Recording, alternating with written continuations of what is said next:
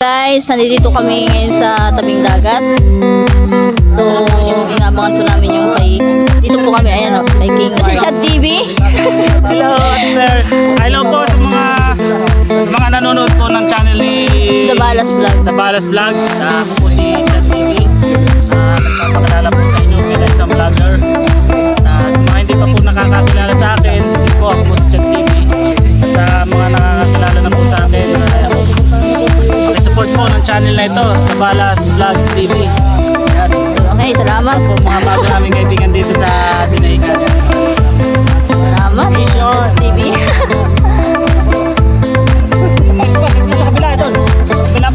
So hello po, ano po ba? Kuya, ano po, vlogger din po kayo? Ano pong ano niyo po? Ako nga pala si Ator Fishing TV. Hello po. Pasupunta din po sa channel ko.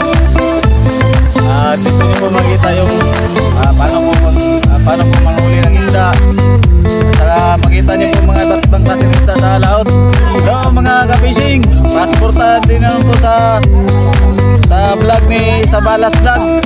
At marami pa kayong makikita na mga videos para sa kanya. Pasupport po. Okay po, salamat po.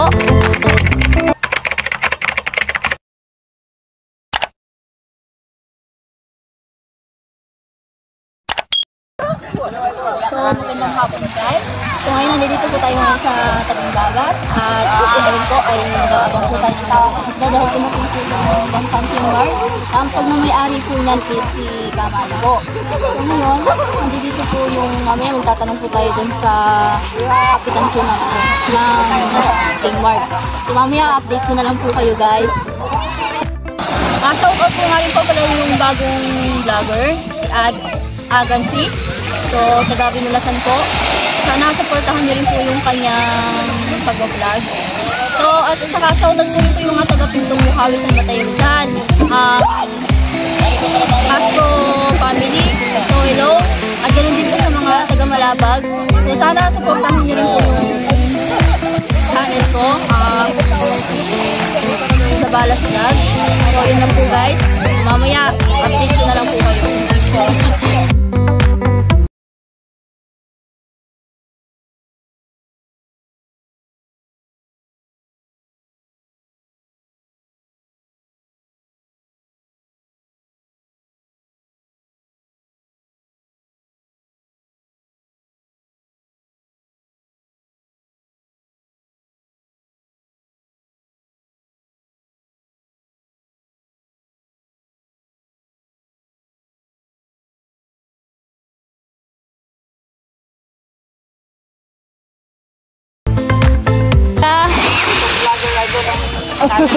Wow, napakalaki naman. Mga ilang kilo po yan? 40 po. 40. Oh, 40 kilos po.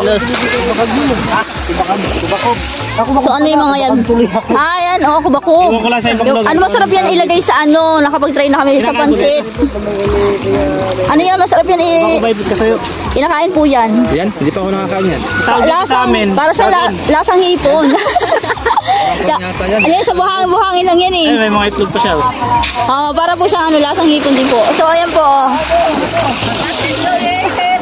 Nakapagkwentuhan po muna. So ayan guys.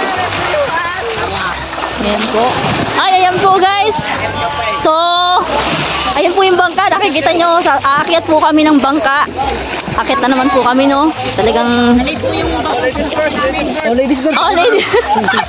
Ayan po yung sasakyan namin. Paakyat.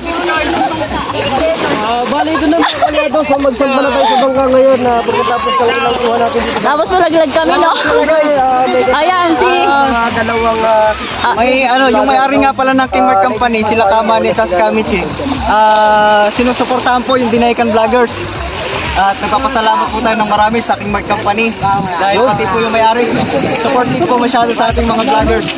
Ayan po, salamat po sa King Mark Company. Si Raps TV po, patuloy niyo po siyang suportahan sa kanyang pagbablog. So sasakay na po kami. So guys, ayan. Papansin niyo po, oh. Ayan po guys, nakasakay na So ayan guys, kahit medyo nahihilo ko kasi nagalaw po yung bangka. Di pa rin talaga ako masanay-sanay. Ang lapit-lapit. So ayan po. So ayan mga kasama ko na nagbablog. Mamaya mas butas ko na. So ayan po, nagbabawas po ng tubig para hindi po pero mabilis lang po makakuha yung mga isda. Kahit mga ilang ano kaya yung piraso yung nahuli nyo. Napakalalaki kasi ng mga huli nyo eh. 38 pirasong muli namin na tuna. 38 ba? Talagang naman ba, malalaki kasi ilan pa lang po yung naibababa kanina, no? Kaya abang-abang lang po tayo. Ayan, meron na naman pong Kasi galing sa malamig. ayan pa guys. Bakit po nilalagyan niya ng plastic? Bakit po naka-plastic po yung Opo, ba't naka-plastic yan? Kailangan kasi naka-plastic yan para yung kulay ng isda hindi magasgasan, hindi maganda pa rin yung quality ng isda namin, yung tuna. Kaya ang ginawa ko, binalot ko siya sa plastic. So yan guys. So, ayan po. Kaya hindi po magasgas yung plastic. Ay, hindi magasgas yung isda. Sorry. So, para ibig sabihin, hindi magutay-gutay yung kanyang laman. Ay, yun po yung pamamaraan nila para Balot na plastic. maganda pa rin po yung pagkaka-reserve ng isda. Quality ng isda. Preserve, di ba? Kasi nilagay din po siya sa yelo eh. Ano. Ang gaganda po ng isda. Kaya pagka nasa tabihan na po sila, maganda pa rin po yung isda, yung itsura. Para pag-deliver po nila, yan. So, ayan pa po. Ano ginagawa mo dyan? Ayan. Si Raps TV Vlog. Ayan. 1, 2, 3, 4, 5. Ito yung isa dito sa mga baka si Bacroso.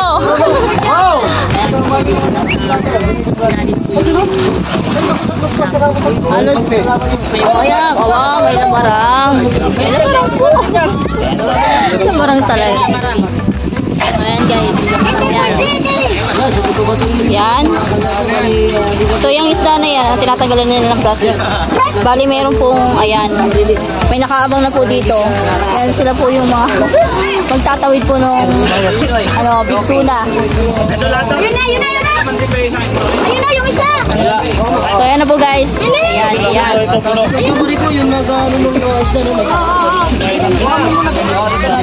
ayan na po.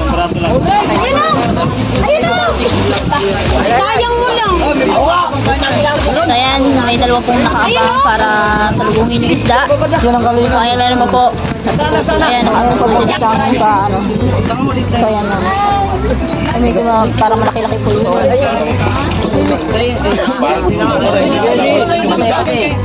Malaki ito.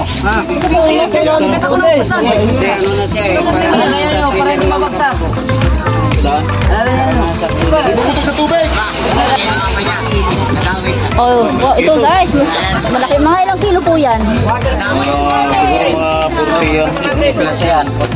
40 plus? Napaka, parang hindi lang 40. Ayan po. Ano yan? 39.9. May putal. Ito may putal talaga. Marang. Medyo malapad-lapad po siya ng konting isa dito sa ulo. So, ayan guys ha. Ipit natin para... Ayan. Ganda ng isda. Quality talaga. Napakaganda ng isda. Tintab.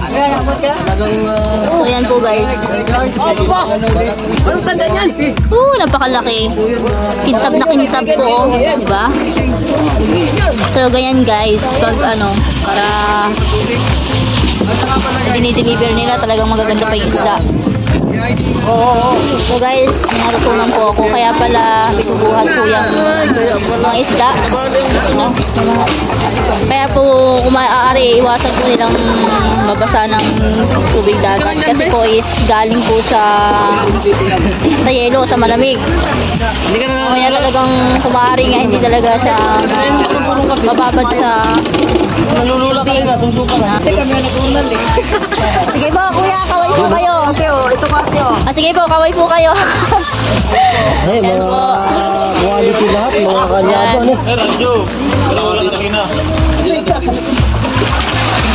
Diba, napakasaya nila napakatibay po naman yan sa tubig. Pero medyo nilalamig na po yung mga yan kasi kanina pa Yan ang kanilang lamarang.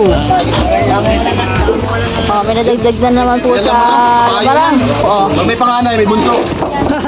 Pag may panganay, may bunso. Yung pangalan doon yung pangalan. Ito, no? Oo, napakalaki po. Ay, Grabe, 38 na Napakalaki po big na- tuna ang kanilang karga, no?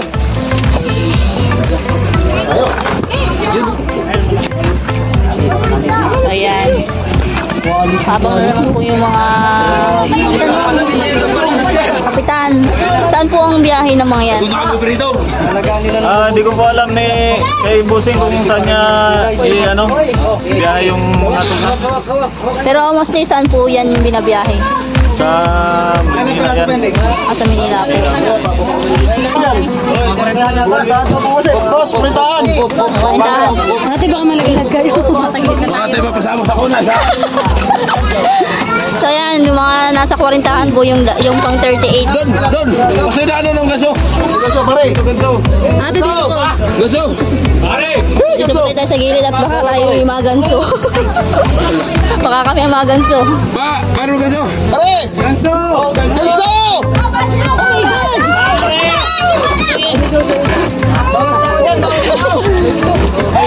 Wala na.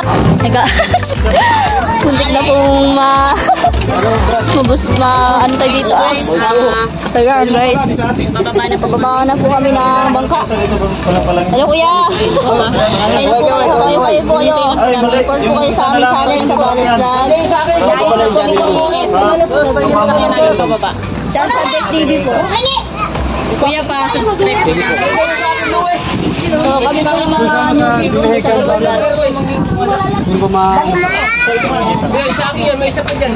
ayan, baba na kami ng bangka. Hintay lang po kami ng maghahatid sa amin. Tuling mo! Dito na lang po tayo sa baba guys. Ayan, tapos na po kami. Galing po kami dun sa King Mark. Guys, sana subscribe niyo po ako sa aking channel. Huwag po kayo magsasawang mag-like and share po. So yun lang po guys. Sa Balas Vlog.